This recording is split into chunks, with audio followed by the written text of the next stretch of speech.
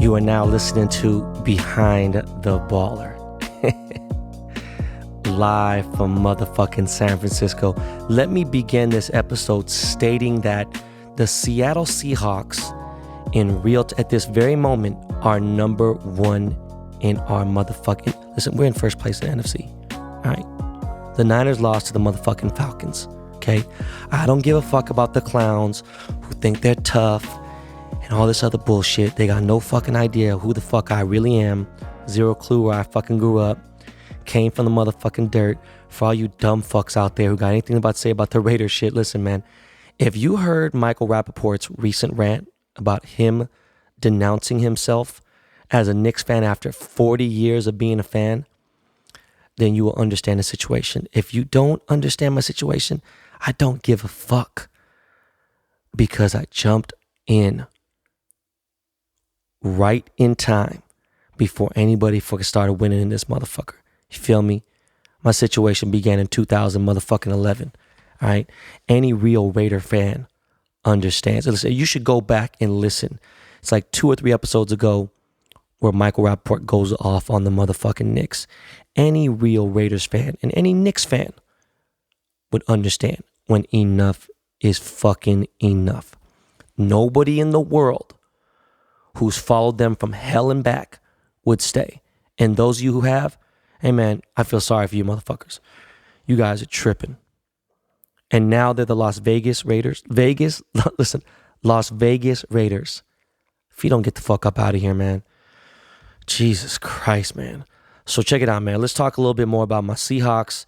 Yo, we have not got one easy win all season. I think it's against the Cardinals, and we'll get more into that later, but everything is just somehow just an uphill battle. Today we're playing with motherfucking injured players, missing everything. And the Seahawks, man, like, we got Clowney out, Shaquille Griffin is out, fucking B. Wags is out now as of today, Kendricks, Rashad Penny's out for the season. I can't even continue. The list goes fucking on and on. We got injuries through the ass. And what sucks is, even though the Cardinals suck and we already beat them, for some fucking reason, every time we play them at the end of the year, we play them all the time at the end of the year, they play us harder than any team in the fucking league does. They have nothing to lose. They just go out there and go fucking crazy. They play balls to the wall. We could fucking be in a perfect season, not lost one fucking game, and that's the game we lose to at the end of the season against fucking them. So this Sunday is going to be a motherfucking bitch. I just, whatever. We get some guys back, whatever. I'm not really tripping. But we need that bye week. So I can't wait to control our destiny, which we will, December 29th. All right? Week 17, the motherfucking bitch-ass San Francisco 49ers are coming up to Seattle. Century Link. It is fucking on. But more importantly, I ain't even thinking about them no more. We will need a fucking miracle to stop the Ravens. I'm just going to be on, like, real talk. Listen, I know there's all this MVP talk about Russell Wilson and shit, but you know what? Bro, Lamar Jackson, he deserves it. He's out of his fucking mind. But for real, on some real shit, much love to all my 12s out there. This is how I needed to start the episode. Walking around motherfucking San Francisco City in my Seahawks gear all day. Yo, man, yeah. You're going to have me catch a case out here. And it's like the last thing I needed right now, especially because my attorney's already mad at me. So listen, man, it's episode 38. We got some shit to talk about. This is the weekend wrap-up. We are live from San Francisco. I got my boy Paul with me, a.k.a. the Lebanese Bill Gates. Smart kid. I'm going to ask him some questions because he's sitting across the room right now. And I want to talk about his come up because he has an interesting story. A lot of people wonder how the fuck he made all this money. So what else? Oh yeah, I'm still fucking jet lagged. This is crazy as fuck. I feel crazy still. My body is getting better, but my mind is just not at that same time zone. The Pacific Standard Time zone. It's just not. On Thursday, I had the worst fucking anxiety attack while having lunch with my new friend, Lauren Tsai. We're at fucking Chateau Marmont discussing possible collaborations, just getting to know each other, talking about this and that. We got a bunch of mutual friends. She's killing it right now. And she told me that she gets really bad anxiety attacks too. So I might have her on the show sometime soon to discuss how she copes and deals with it. Because she's like super successful model slash actress slash artist. And I definitely want to have her on the show just to discuss her come up and talk about, she's Asian, so obviously, you know, I fuck with that. Speaking of successful women, I'm going to do a short CEO. I hope you got that for the slow motherfuckers, not CEO, but CEO series. Want to interview some successful women that I know. Some people have DM'd me and stuff and everything else. I'd like to get some insight on their background, you know, their grind. It's tough being a woman in this workplace, you know what I'm saying, today and everything. And their mindset when it comes to the workplace and the working world that we're into today, because I still think the playing field isn't fully leveled yet. So, you know, I got a girl in mind who I know, she's actually Asian as well, and she's starting to come up crazy in this business. And it's like, I'm proud of them, you know. Speaking of another successful woman, Cardi B went to her Instagram live and showed the world she really actually had explosive diarrhea.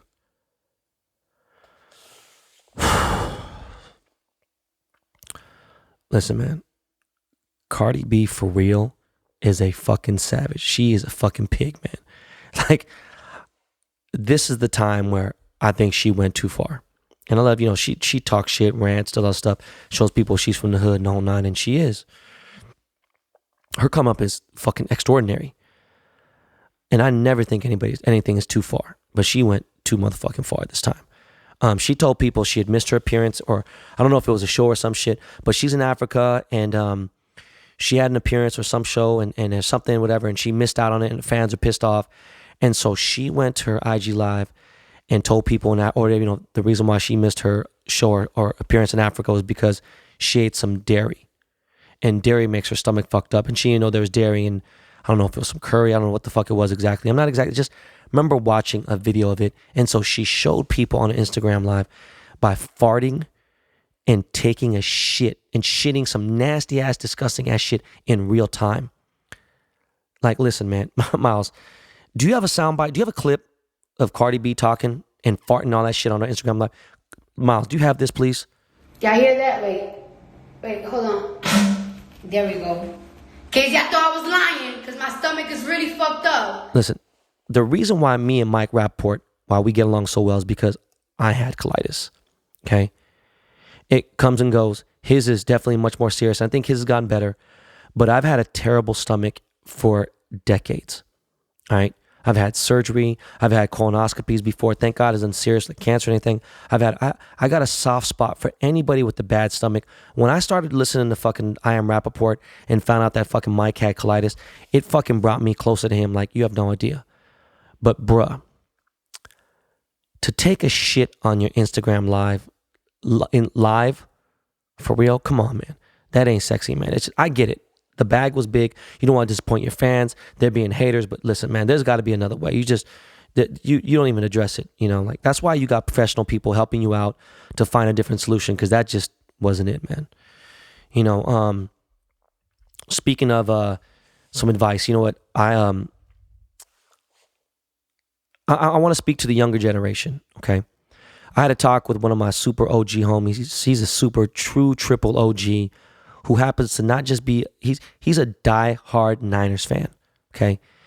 And he's also one of the classiest motherfucking people I know. He's a rapper from the Bay. I consider him a real friend. He's my big homie. I think you guys can kind of figure out, okay? This dude is not only, he's not just a die-hard Niners fan. He's like their fucking mascot, all right? You guys obviously know who the fuck that is, all right? Kids today don't understand basic hygiene. Like, listen, I get it. I don't dress the part on a regular basis. You know, I still wear a lot of streetwear stuff. Listen, I dress my wage. And, you know, even though I super appreciate the 30s and 40s, like, that era to me was one of the sharpest. And, you know, even to like the 60s and 70s, like the Frank Sinatra, you know, type shit. Men were dressed super sharp, you know, groomed, hair groomed. And even the hair groomed, they wore the nice hat, you know, like the real hat. And I ain't talking about no baseball cap, you know, wearing wingtips, 3-piece suits, you know, they're fully dressed. You know, people would tell me, I remember going back in the day when I had my hair, I'd go to a nice barber shop and shit and be like, you're not fully dressed unless you have a hat, you know, and it's just, listen, man, I get it. You guys may see me in sweats, and it doesn't matter if they're expensive sweats. They could be Vetmans, they could be Rude, whatever. They could be designer. It doesn't matter. Okay. I know when I need to throw on a button up. Okay. When I need to throw on a button up shirt and some slacks, like, when I need to come out and be proper. My wife wishes I dressed more, but I'm just saying, like, I know when to. Some of you kids just have no fucking clue. And it's like, don't say it's about money, because you motherfuckers will spend a bunch of money on V-Loan. And I know that's, family, and that's in-house, clothing. I'm just saying, like, it could be fucking antisocial, whatever the fuck it may be, Supreme. Like, you don't show up to a wedding in a t-shirt, okay? You don't go to a fucking funeral in a fucking t-shirt. Have some respect for yourself, show some fucking respect for the dead. Show some respect for the people that are getting married. It's just like, you didn't grow up with a dad? Okay, cool. You must have grown up with a mom then, right? Or a grandparent or somebody, especially your grandparents would have showed you, should have at least taught you better.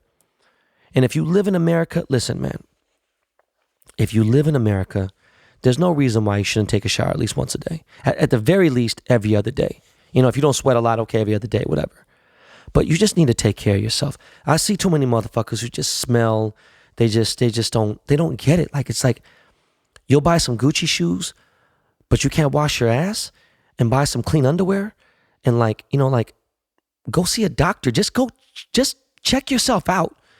You know what I'm saying? Like, put some lotion on your dry ass, ashy ass skin. Brush your teeth. Just take care of yourself. I just don't get. It's just the basic, simple shit that my kids who are fucking 5, 7, and 2 understand. Remember I said your oral health is a good reflection on your overall health. Back to the showers though. Clean clothes, man. Like it's not that. How fucking lazy. It don't cost a lot to be presentable.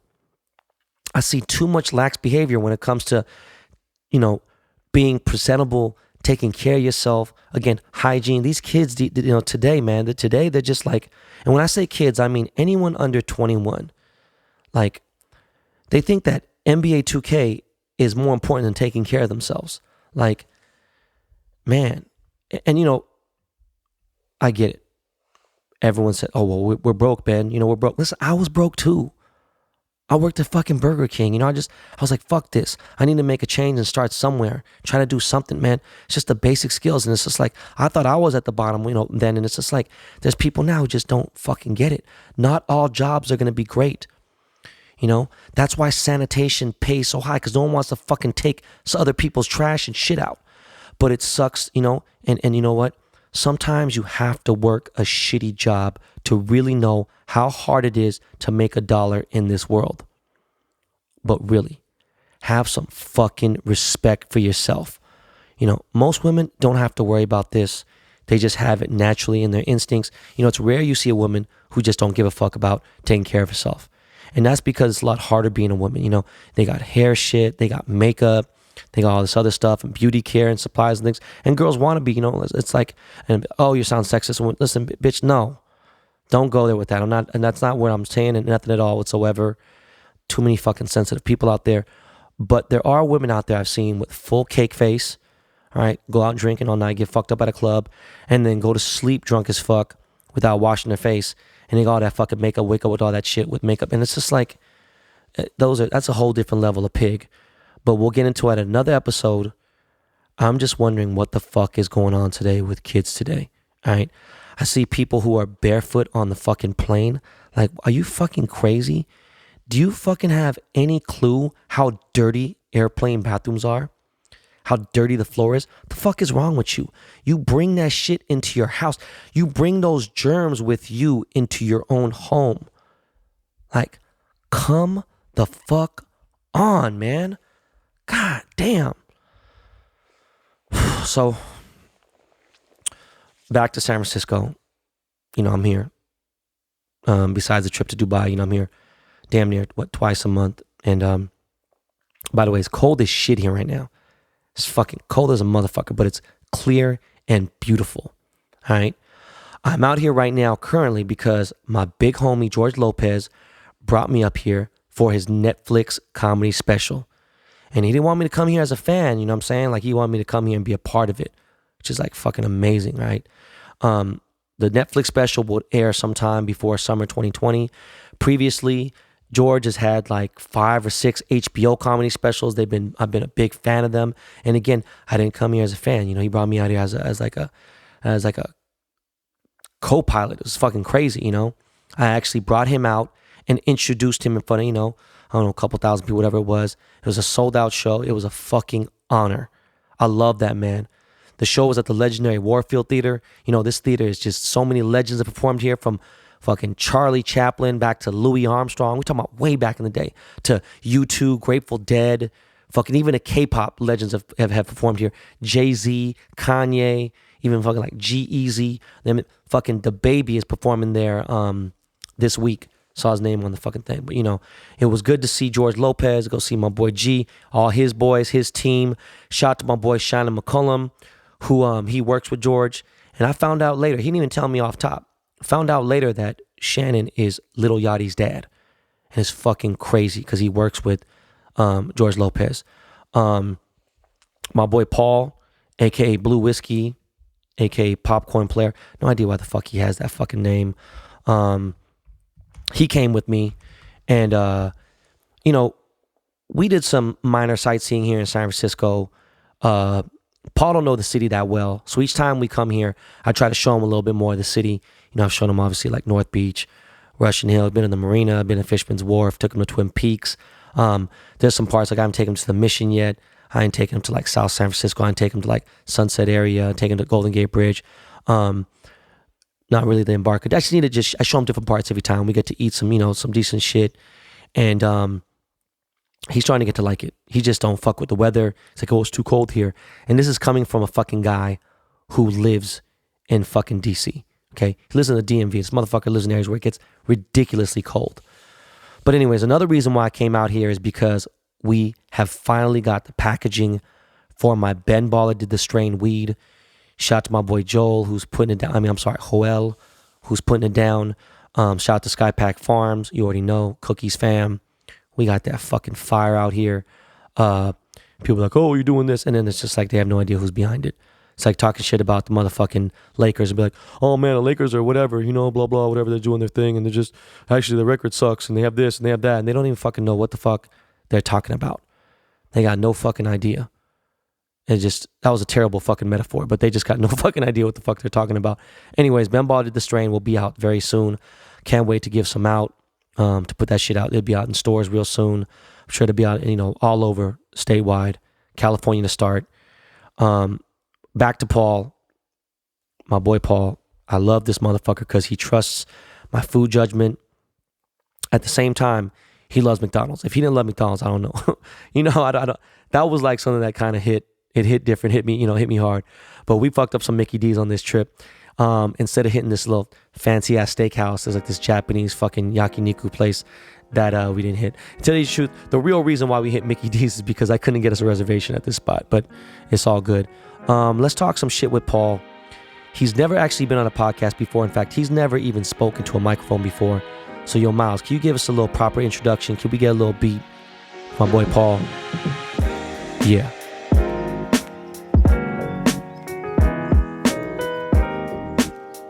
What up, guys? So Quip, makers of the Quip electric toothbrush, wants you to know the one single discovery that matters most for your dental care is simply this. If you have good habits, you are good. That means brushing for 2 minutes twice a day and flossing regularly, no matter what brand you use. Quip makes that simple, starting with an electric toothbrush, refillable floss, and anti-cavity toothpaste. Quip's electric brush has sensitive sonic vibrations with a built-in timer and a 30-second pulse to guide a full and even clean. The Quip floss dispenser comes with a pre-marked string to help you use just enough. Plus, Quip delivers fresh brush heads, floss, and toothpaste refills to your door every 3 months with free shipping. So your routine is always right. Join over 3 million healthy mouths and get Quip today, starting at $25. And if you go to getquip.com/baller right now, you'll get your first refill for free. That's your first refill free at getquip.com/baller. Spelled GETQUIP.com/baller. Quip, the good habits company.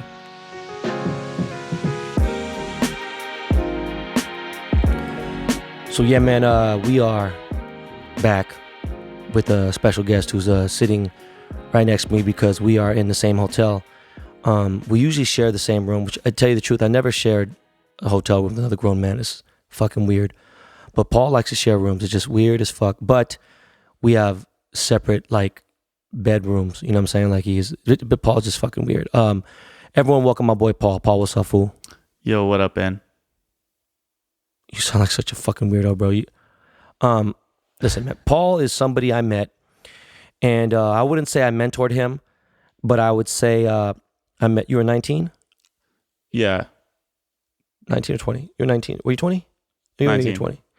So Paul was 19. I met him on Backpage, and he was selling massages, out calls, and he was in the local LA area. He was just visiting.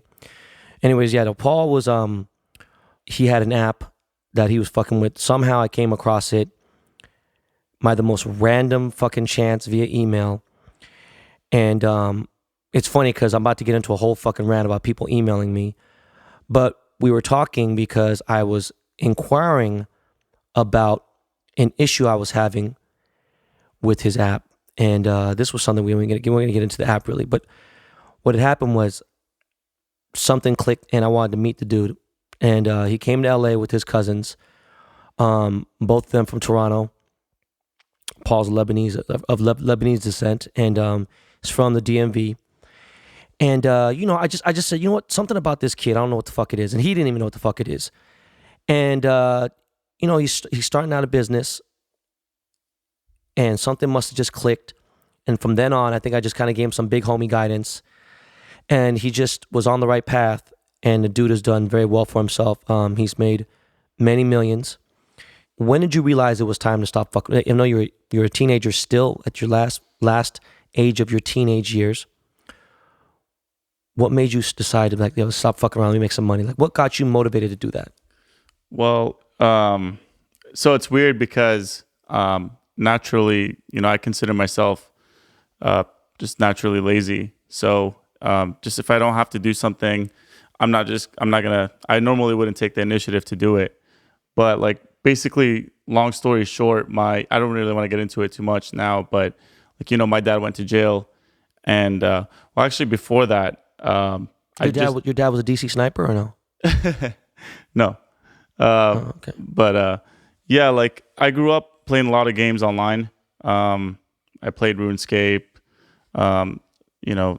those types of games. I don't know And what the fuck that is, but okay, go on. yeah, just like naturally I got into programming and designing. It was just something that I really liked.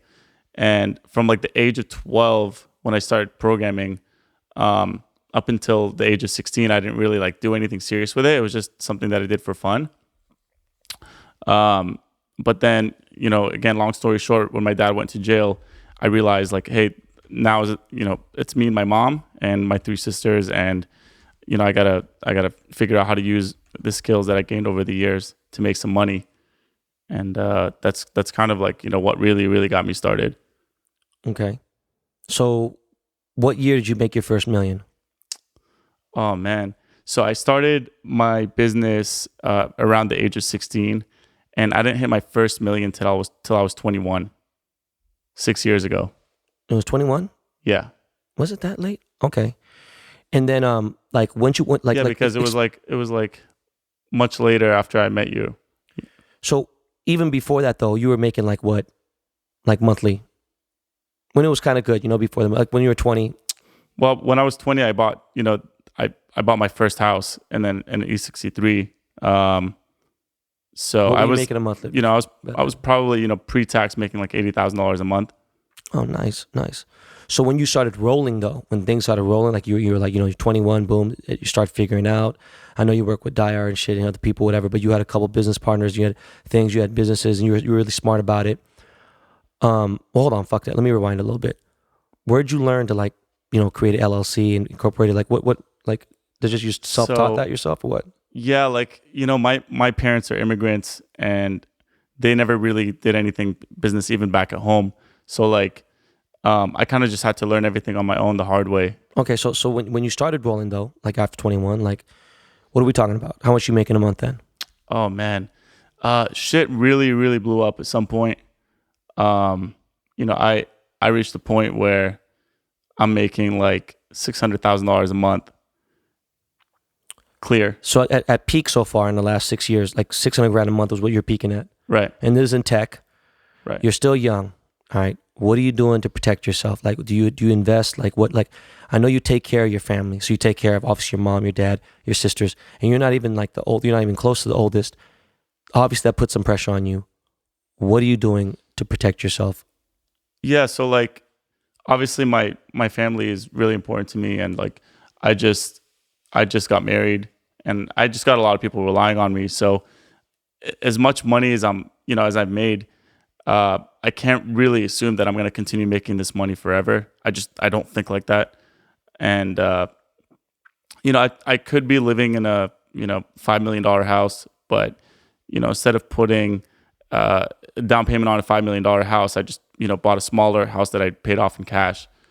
And, I'm not the best with personal finance, but like, No, but you're still good. Like I tell people all the time, so listen, man, if you make $1 million, yeah, you should put $800,000 away at least, and be like 800,000 doesn't exist. Exactly. It's just gone. So fuck off 200 if you want, and fuck it off completely. Spend $200,000 on fucking panties for yourself if you're a guy wearing motherfucking female panties. I'm saying it's just silly shit that makes no sense. So spend it on fucking gum. yeah, and like, my first priority was to pay off my parents' house, and then buy a house for me and my future wife, which was, my thought back then. Now I'm married. I just bought a new house for me and my wife. That's paid off too. And, got the properties paid off. For me, that's just like, I don't know if it's the Arab mentality, but it's just one of those things that I really, really wanted to get out of the way. And then obviously, aside from that, not wanting to rely on a tech business to support me for forever. Obviously, as much as I'd like it to, I'm trying. I've tried a lot to have my money make me some residual income, and I found that me personally, I found the best way to do that is to invest in real estate. So I got a lot of money, a lot of my money. What kind of real estate though? Like commercial real estate? You're talking about like? Yeah. So I like any type of real estate is good. Residential is safer. So I got my money in a mix of both. So like I'll invest in riskier commercial investments, and then I have some like, safer residential investments. It really just depends on the deal. Right. What's the best way to make yourself recession proof? Like if a recession, everyone keeps talking about, oh, recession's coming up here and there. Like what is your best way to prevent that, to make yourself AKA broke proof? You got any suggestions for that? Oh man, that's something that I think about a lot for sure. Like I know the biggest thing with that is don't over leverage, don't borrow too much money. Yeah. I kind of go to the extreme and just try to pay off everything in cash. Right. Luckily, thankfully, I'm blessed and I'm in a position where I can do that. But obviously, yeah, like it's not bad to use some leverage, but like, well, credit's really important too. I tell these kids, I tell these people, credit is like, I had bad credit, but 2-3 times in my fucking life. I'm not letting that shit go now. But I mean, you have to know that shit's it's like a drug almost. Yeah. You fuck your credit up, you know what I mean? You use it a lot, you're like, damn, it gets fucking, you get addicted to it, right? But there's also so much that can go wrong, and you can't, as you get later on, I mean, obviously it's beneficial to just keep your credit good all the time, and I fucked it up, whatever, and it just shows that you can't be too, and like, I don't think I cleaned it up for real good until I was 40, like really, really good. And then it got amazing at 45, right? And I'm gonna be 47 next month, so it's like, you use that credit for something good. You don't use that credit to fucking buy some bullshit. That's like that's just stupid. You know what I'm saying? It's just ridiculous. It's funny that you say that because I'll tell you this. It's a funny story. At one point, I think I was 22. At this time, I had already, bought my house, paid it off in cash. I had a 458 Ferrari. I had my E63, and everything is good. My credit's decent. just from the, couple of things that I had on there. And anyway, I go to the Land Rover dealership to buy a Range Rover, and I decided, I wanted to lease it to take advantage of, being able to put it under my business and stuff. So I go in there and, I chose the car. Everything's good. Now we're in the finance department. I'm speaking to the lady. She runs my credit, and she's like, "Yeah, you're gonna have to put like $40,000 down on a lease for a Range Rover." And I'm like, "Are you crazy? Like, I don't have bad credit. I have all these cars. I have this house. Blah blah blah." Yeah, but you paid it in cash, dumbass. For what? The Range Rover? No, for the fucking other cars, you stupid ass. Oh So you yeah, didn't build exactly. it. So that's the thing, and like they were giving that it didn't matter how much cash I have, how good my income was, and that I had nothing bad. You had no reported on fucking my credit history with the bank, you fucking dummy. That's why. Exactly. So that's what I'm trying to say. And that's Like, why now, like, you spend it's- fucking, crazy shit on your cards and everything, whatever else, and Yeah. it's important. I try to tell these fucking people, like sometimes, I'm not going to get into it fully, but Lil Duval, my friend, a comedian, he's like, oh, if you can't pay for it in cash, then don't get it. But at the same time, like, you never know when you need that emergency. I don't use that motherfucking $1 million credit line or whatever it may be. I'm talking about credit line, sorry. But $1 million, and I have $1 million in credit pretty much. Credit cards, charge cards, between the Amex and all that stuff. I don't use that shit. I pay that shit off every 2 weeks. I don't even wait a month. I pay that shit off every 2 weeks, Yeah. Anyways, man, what motivates you today? Like, is there someone that motivates you, or what motivates you today? It's just being able to take care of my family. I want to spend as much time as I possibly can with my future kids, with my wife, even my parents and sisters. So really just, freedom, financial freedom is what motivates me. Being able to spend time with my family and friends. Listen, man. And that's an honest answer. I know it sounds kind of cliche, but like I'm dead serious. Nah, because it's really, you really, people who really know you, you really do take care of your family and stuff. So since you're sitting on the fucking couch and you're fucking looking at your laptop, I have no idea what you're looking at. Some fucking message form or some shit. What the fuck you're doing? Anyways, man, I just decided to have Paul on the show and just talk some shit real quick because he's here and he just sitting fucking this goddamn boxers looks fucking crazy. I appreciate you coming on. By the way, if you guys don't know, man, Paul is actually Kaya's godfather. He's my daughter's godfather. So I really fuck with this dude pretty heavy. And thank you for coming on, bro. Thanks a lot, Ben. All right, you're a fucking bitch. Miles, man, throw on a beat for me, please. Thank you, sir.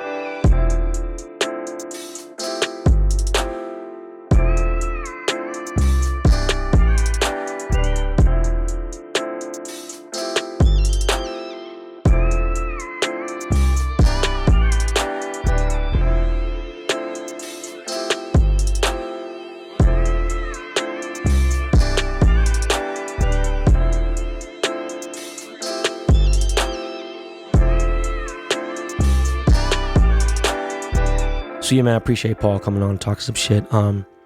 As mentioned before, my jet lag is really bad. My anxiety is all fucked up, man. I had an anxiety attack on Friday too. I had one before I got on the jet over here, and that could only mean one thing: it's motherfucking Christmas and Hanukkah and Kwanzaa. Anyways, they're here. The holidays are here, and it's just fucking it's a lot of stress. Speaking of the holidays, people always get themselves into debt. All right. If you don't got it, just fucking tell somebody, man. Don't be scared. Like, it just makes me sad that not everyone in the world has what they want. I'm blessed to have everything that I want. All right. But don't be scared to tell somebody you ain't got it. All right. Also, don't be scared to save some for yourself. If you got kids though, you might have to just suck it up. I know that sounds tough, but you got to struggle. That's part of being a parent. Don't break yourself, and have them in a fucked up situation where you regret it later. But you just got to suck it up, dig deep, and work hard. And again, don't get yourself into crazy debt, especially thinking like, oh, well, you know what? I'll just find some work later and maybe I'll sell this or whatever later and whatever. And it's just, you don't have it in your hand. All right. And you think you're going to pay off these credit cards later. It's like, nah, chill. All right, speaking of which, I wanted to get a credit line myself. Right, like a totally separate credit line for myself, because I wanted to get it actually for some big money too. Because I wanted to get myself something really crazy, nice for Christmas. Didn't need it, but I just wanted to get something just for a flex. And I I don't know, I got approved. I don't really know if I want to anymore, because now I'm like, well, I know I can get it, so why the fuck do I need to impress anybody, whatever. Something that I actually want. Again, I don't need anything. Should have reiterated what I said before. But, there's not much that I really do want, but I have everything I need. Anyways, my boy Travis, man, he's the coldest motherfucker when it comes to anything to do with banking. He helps me with all my bank shit. And again, I got approved for a few different, lines of credit. And I'm speaking like mid to high 6-figure level credit lines. And I get on the phone with this one loan guy, and he's like the process dude before. And I don't know if he was either stupid or he was maybe reading off a script. I'm willing to give him the benefit of the doubt. Just like, bro, you're not fucking, like, Jesus Christ. Like, I wonder if anyone these days understands what it means to have professionalism. Do you know what that fucking word means, professionalism? I just don't understand. Some people just can't control themselves. Like, man, like, if you get someone's personal info, and especially from like a banking thing, and you're, and to make it even worse, let alone a regular Joe Schmo, but like someone who's a public figure, and you get their personal info, like a celeb, you don't fucking use that to message them. Like, just really think about that. Ask yourself, is this okay? Like, that type of shit will get you fired. Even if you have a high paying job, you have fucking violated somebody's privacy. Like, I'm just wondering, like, that type of shit will get you fired. I just don't understand. Like, I saw some kid a few weeks ago talking wild on my comments. He was going in, and this dude didn't have a private page. So I clicked on his page, and he worked for, the car rental company Hertz. My aunt worked for Hertz for like the last 40 years. Okay. She's high up in Hertz, I could have easily been like, yo, do you know this kid? Because they work in the same area. Like, you work in the same area, and his ass would have been fired. Just the crazy shit. This motherfucker sent me death threats. Like, bro, how fucking stupid are you? I just don't understand people. Like, have some fucking control over yourself. Now, going back to the loan guy, not only did this dipshit email me, he fucking actually DM me. He's like, oh, you know what? I just got this loan across the thing. I do loans and stuff. And I was just actually wondering if you were the actual person that was applying for the loan. Like, bro, really? Like, for real? Let the fucking fraud prevention people handle that. Like, you come off so motherfucking thirsty hitting me up in my DMs. It's just like, I'm not even anyone really major to hit up, but it's like at the same time, it's privacy. I'm at a level where it's just, respect. Like, what the fuck is wrong with you? And I guess sometimes, when I'm on the phone, I just sound pretty cool and like, like pretty chill on a call. Like, yeah, I feel like someone, I'm approachable, like, whatever. In person, I'm really nice to people, and honestly, like, this trip already, I barely could walk into Nike Town. I was in the mall today. I was in Nike Town yesterday. Could barely be in Nike Town. It's like Nike Town in San Francisco. The employees there are real cool, but like in general, like, like if you work somewhere, like, just again, it's professionalism. No, like, am I bothering somebody? I know I seem approachable, I seem cool, but if I'm like doing something and talking to somebody, don't interrupt me, man. Like, I got stopped about 40 times in 10 minutes, and it's flattering, but like, Jesus Christ, man. And what I'm about to talk about next is so fucking funny because it's completely opposite. But this is like the acceptable thing that I want to talk to you guys about. You know what I'm saying? Like, this is something I'm like excited to talk to you about. There's a new app out there. It's in the beta stage. About 35,000 people want in on this app. I didn't find out. I found out through my boy Bobby Hundreds, of all fucking people. I'm not saying that Bobby's not cool, but he put me up on something really dope. And 35,000 people are in line trying to get into this. And I basically, jumped the line. And like a couple hundred people have access. It's very limited access to this app and websites called Community. But if you go to my profile page on my Instagram, you'll see now I have a text option. Okay. Obviously you see some business pages, you'll see like, oh, email, call, whatever, boom. I never had that ever. You could just DM me, right? I think there's a message option, right? But now I have an option to text me. You can text me. Very few people have this option, and even less have it with Community. Diddy has it. Rest in peace, man. My man Juice WRLD just got it. He was on the platform. But it's pretty fucking awesome because this messaging app is like doper than WhatsApp or anything else. I get control of my Instagram again, or my, of my fans or my followers, whatever it may be, because I can message you guys about the podcast. about a giveaway. I could directly text you guys about a meeting, meet I'm having in your area. I can legit seek out the people. I could filter out and I can seek out the people on my contact list within like a 25-mile radius, 500-mile radius, 5-mile radius, age group, you could be 21 and over, and I can filter it, and it's lit, and I could like invite you guys to the next VVS party, and like, I'd be like, oh, 21 and over, boom, let me do this. Let me do the people within like a 25-mile radius, so it's not that bad, the Uber, whatever it may be. It's just crazy. And like I said, for those who hook me up on my personal email, my private email, like that's totally different. I don't want anybody. This is something where I can hit you, like this is for fun. So I use this app and it directly connected to my Instagram, and it's on my time. So it's totally different, So make sure you hit that text button on my Instagram page. You know what? Fuck it.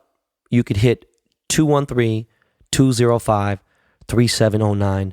Make sure you hit the link that it gives you once you text me so that I can add you as a contact on my contact list, and I can hit you about cool shit, because it'll give you like it'll put me in like, tell me a little bit more about yourself, about where you're at, what zip code you're in, and how old you are and stuff and everything, right? Anyways, listen guys, man, sidebar. There is just too much hate lately, okay? It's the holidays, man. I understand you're stressed out, but listen, this is the time where you spend time with your family, your loved ones, okay? You spend time with your kids if you have some.